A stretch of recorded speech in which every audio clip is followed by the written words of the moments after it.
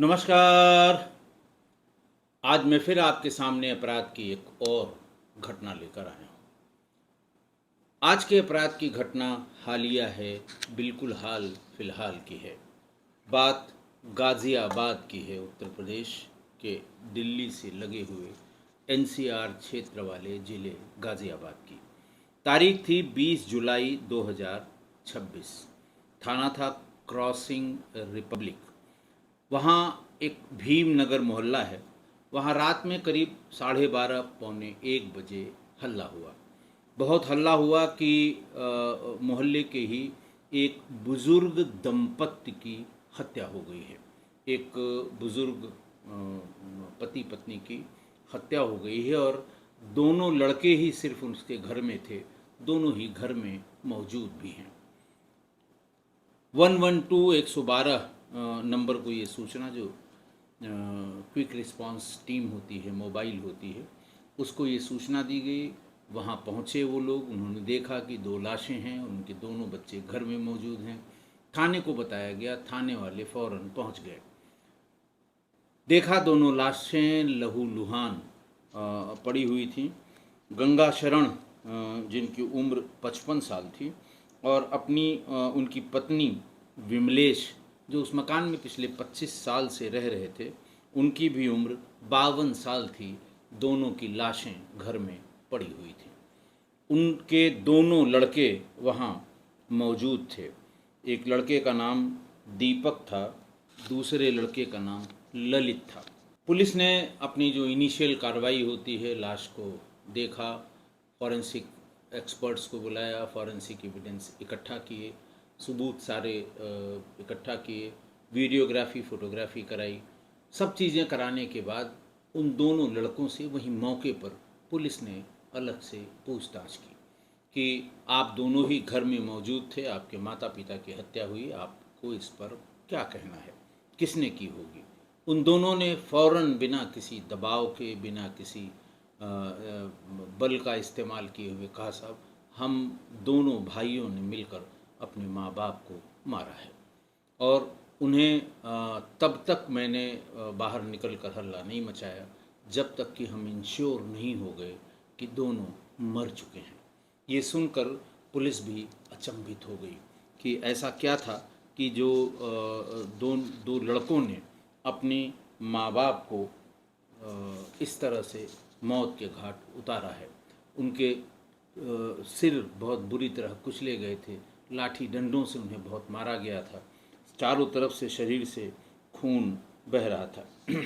खैर, पुलिस ने वहीं पर सारी डिटेल्स इकट्ठा करनी शुरू की क्योंकि पुलिस को अब अपराधी को ढूंढना नहीं था। इस डबल मर्डर के केस को ओपन करने में कोई बहुत मशक्क़त नहीं थी। दोनों अभियुक्त मौके पर मिल गए थे, बस केवल फॉरेंसिक एविडेंस को जोड़ के उनके विरुद्ध कार्रवाई की जानी थी। लिहाजा सारी डिटेल उस परिवार की और ये इंश्योर करने के लिए कि दोनों बेटे सच बोल रहे हैं और उन्होंने ही माँ बाप की हत्या की है, तो उनकी पूरी डिटेल्स इकट्ठा की। गंगा शरण की बड़ी बेटी दीपिका की 17 साल पहले मनोज के साथ शादी हुई और वो अपने ससुराल में रहती थी। दूसरे नंबर पर बड़ा बेटा दीपक था। दीपक की शादी मई 2020 में बुलंदशहर की रहने वाली लड़की मोनिका से हुई और दीपक और मोनिका से 2 बेटे हैं। पत्नी फिलहाल पति से विवाद के चलते अपने मायके बुलंदशहर में पिछले 1 डेढ़ साल से रह रही है। तीसरे नंबर की बेटी ज्योति है जिसकी शादी के 8 साल हो गए हैं और उसकी शादी गाज़ियाबाद के ही रहने वाले संजय के साथ हुई थी। सबसे छोटे बेटे ललित की शादी मई 2020 में विजयनगर की रहने वाली सोनी से लव मैरिज उसकी हुई थी। इन दोनों की शादी ललित और उसके भाई मनोज की कोरोना के दरमियान हुई थी। एक ही साथ हुई थी, एक ही दिन हुई थी। छोटे वाले ने लव मैरिज की थी और बड़े वाले की अरेंज्ड मैरिज थी। पुलिस से पूछताछ में ललित से पूछा गया कि आखिर क्या कारण था कि तुम लोगों ने मिलकर इनकी हत्या की। ललित यानी छोटे भाई ने बताया कि 3 साल पहले पत्नी की डिलीवरी होनी थी। उसने अपने पिता गंगाशरण और माँ विमलेश को से ये रिक्वेस्ट की, ये कहा कि मेरी पत्नी गर्भवती है, कुछ कॉम्प्लिकेशन है, उनको प्राइवेट अस्पताल में भर्ती करा दिया जाए। लेकिन दोनों नहीं माने, माँ बाप दोनों नहीं माने और उनसे कहा कि तुम जिला अस्पताल में ही ले जाओ। मजबूर होकर मैं पत्नी को लेकर जिला अस्पताल गया। डिलीवरी हुई, लेकिन डिलीवरी के बाद ही बच्चे की मौत हो गई। नवजात बच्चे की मौत के बाद पत्नी और ससुराल वाले दोनों ताने देने लगे कि इतना पैसा रख के तुम्हारे माँ बाप क्या करेंगे। थोड़ा सा पैसा खर्च होता, बच्चे की जान बच जाती। पत्नी कहती थी कि तुम्हारे माँ बाप ने मुझे सरकारी अस्पताल में भर्ती कराया और इसीलिए बच्चे की मौत हो गई। उसी से, यानी उसी दिन से, उसी ताने से माँ बाप के प्रति ललित के दिमाग में माँ बाप के प्रति नफरत पैदा हो गई। भाई से वो बार बार ये कहता था कि इन माँ बाप का क्या करेंगे जो हमारे काम नहीं आए। पुलिस ने बताया कि माँ बाप की हत्या की पूरी योजना ललित ने बनाई थी। उसने अपने बड़े भाई दीपक को भी इसमें शामिल कर लिया। दोनों भाई अक्सर बैठकर शराब पीते थे, जबकि माँ बाप उन्हें शराब छोड़ने की नसीहत देते थे।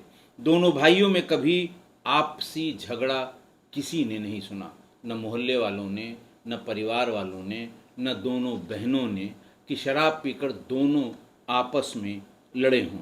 वो एक दूसरे की हर बात पर समर्थन करते थे।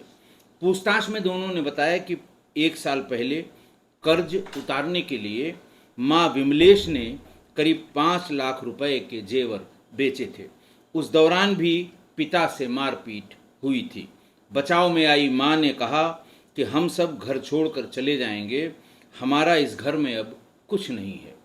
अब आप सोचिए, माँ ने कर्ज उतारने के लिए अपने गहने बेच दिए थे और इन गहनों को बेचने का विरोध पिता ने किया था कि दोनों कमा रहे हैं, ये दोनों पैसा इकट्ठा करें और कर्ज उतारें। दीपक ने पुलिस को ये बताया कि 20 जुलाई की शाम से ही हम लोग शराब पी रहे थे। ललित का जन्मदिन था। घर में माँ ने कीर्तन कराया था। इसके बाद जब घर में ही हम लोग शराब पीने लगे तो माँ बाप ने इस पर कड़ी आपत्ति की कि अभी इस घर में कीर्तन हुआ है और अभी से तुम लोग घर में बैठकर शराब पी रहे हो। इस पर दोनों भाई दोस्तों के साथ क्रॉसिंग रिपब्लिक में शराब पीने चले गए और वहीं पर उन लोगों ने अपना केक काटा। घर पे केक काटा नहीं, क्योंकि घर पे शराब पीने से माँ बाप ने मना कर दिया था। रात में घर लौटने पर इनका माँ बाप से विवाद हो गया। दोनों पहले से ही तैयार थे और उन लोगों ने ऊपर जाने वाली सीढ़ियों का गेट बंद कर दिया ताकि किरायादार जगवीर वहां न आ सके। मुख्य गेट भी अंदर से बंद कर दिया था। भागने की कोई योजना नहीं थी, ऐसा दोनों भाइयों ने पुलिस को बताया। सोचा था कि सुबह गेट खोलकर लोगों से कहेंगे कि माँ बाप के बीच झगड़ा हो गया था और उसी में दोनों की मौत हो गई। हमने प्लान किया था कि लोगों को बताएंगे कि हम अलग अलग कमरे में सो रहे थे। माँ बाप की पीट पीट कर इन लोगों ने हत्या इसलिए की ताकि शरीर पर धारदार हथियारों के निशान न आए, ऐसा लगे कि माँ ने पिता को मारा और पिता ने माँ को मारा। इनका मकसद झगड़े को माँ बाप के आपसी विवाद की घटना का रूप देने का था। पुलिस ने बताया कि जेल जाते समय दोनों आरोपियों ने कहा कि उन्हें हत्या का कोई पछतावा नहीं है। 6 महीने में ही हम दोनों जेल से बाहर आ जाएंगे और उनकी बहन भी उनके खिलाफ गवाही कोर्ट में नहीं देगी, ऐसा इन लोगों ने बताया। मैं पहले ही बता चुका हूं कि गंगाशरण मूल रूप से बुलंदशहर के सठला गांव के रहने वाले थे, लेकिन कई साल से भीमनगर में रहते थे, करीब 25 साल से। उनके दोनों बेटे दीपक उर्फ विक्की और ललित की शादी लॉकडाउन के समय हुई थी, लेकिन दोनों की पत्नियां उनकी शराब पीने की आदत और शराब पीकर झगड़ा करने की आदत के कारण घर छोड़कर चली गई थी। दोनों बेटियां दीपक और ज्योति की भी दोनों बेटियों दीपिका और ज्योति की भी शादी हो चुकी है। बड़ी बेटी दीपिका ने बताया कि दोनों भाइयों ने जायदाद और शराब की लत में मम्मी पापा की जान ले ली। दोनों पहले ही घर में झगड़ा किया करते थे। करीब 1 साल पहले माँ के 10 तोले जेवर चोरी करके उन्हें बेच दिया था और सारे पैसे की शराब दोनों भाई पी गए।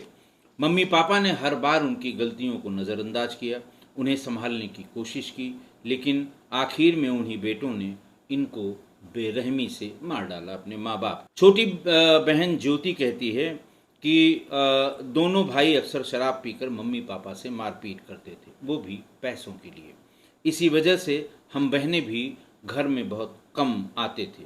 पापा ने दोनों भाइयों को पढ़ाया लिखाया, घर बनाया, हम लोगों की शादी कराई, लेकिन दोनों भाई कभी नहीं सुधरे।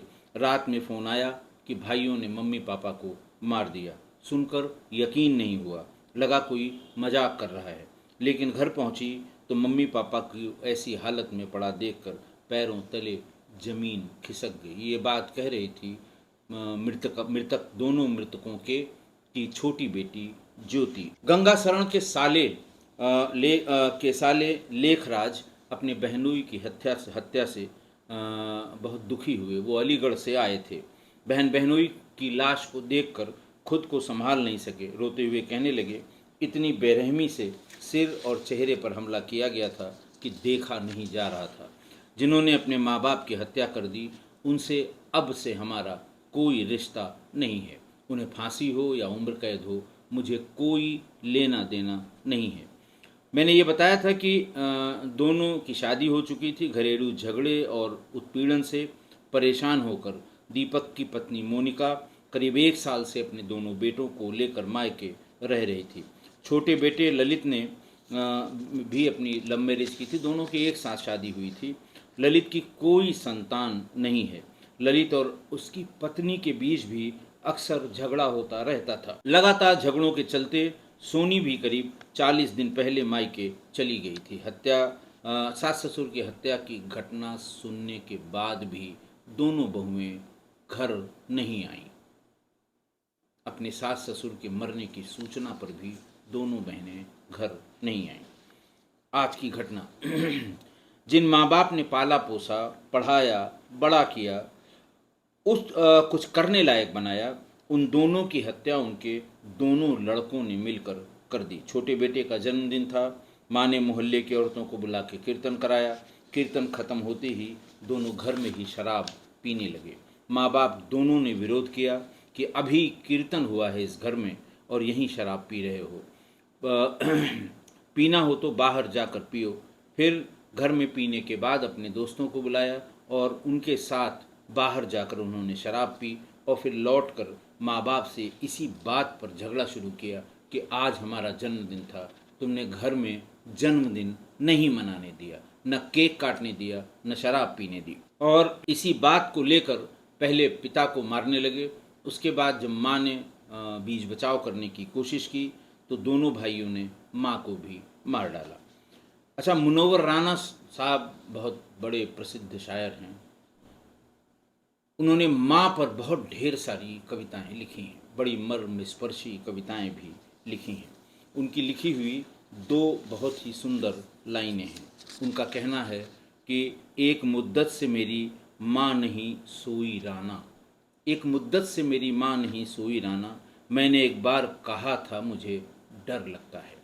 आप सोचिए, वो माँ जिससे बेटे ने एक बार कहा कि माँ मुझे रात में डर लगता है, वो पूरी पूरी रात कई सालों तक नहीं सोई कि बेटा डर न जाए। सोचो, माँ का ऐसा कलेजा और लड़कों ने क्या कर दिया। एक और दूसरे कवि ने बहुत अच्छा लिखा है कि उम्र भर कमाकर जिन बच्चों को मकान बना कर दिया, उन्हीं बच्चों ने अखबार में इश्तहार दे दिया, बुजुर्गों से सावधान। चुभने वाली बात है। अच्छा लिखा है इस कवि ने। और एक अनाम कवि की और मर्मस्पर्शी लाइनें हैं। बहुत ढूंढा मैंने कि किसने लिखा है, लेकिन नहीं पता लगा। कि माँ की उंगली थामकर जिसने चलना सीखा था, बाप के कांधे चढ़कर जिसने दुनिया को देखा था, आज वही हाथ उठते हैं उस बूढ़े कंधों पर। लानत है ऐसे जीवन पर, लानत है ऐसी सांसों पर। आशा है आप मेरी इन सब बातों से सहमत होंगे। आज के लिए इतना ही। बहुत बहुत धन्यवाद।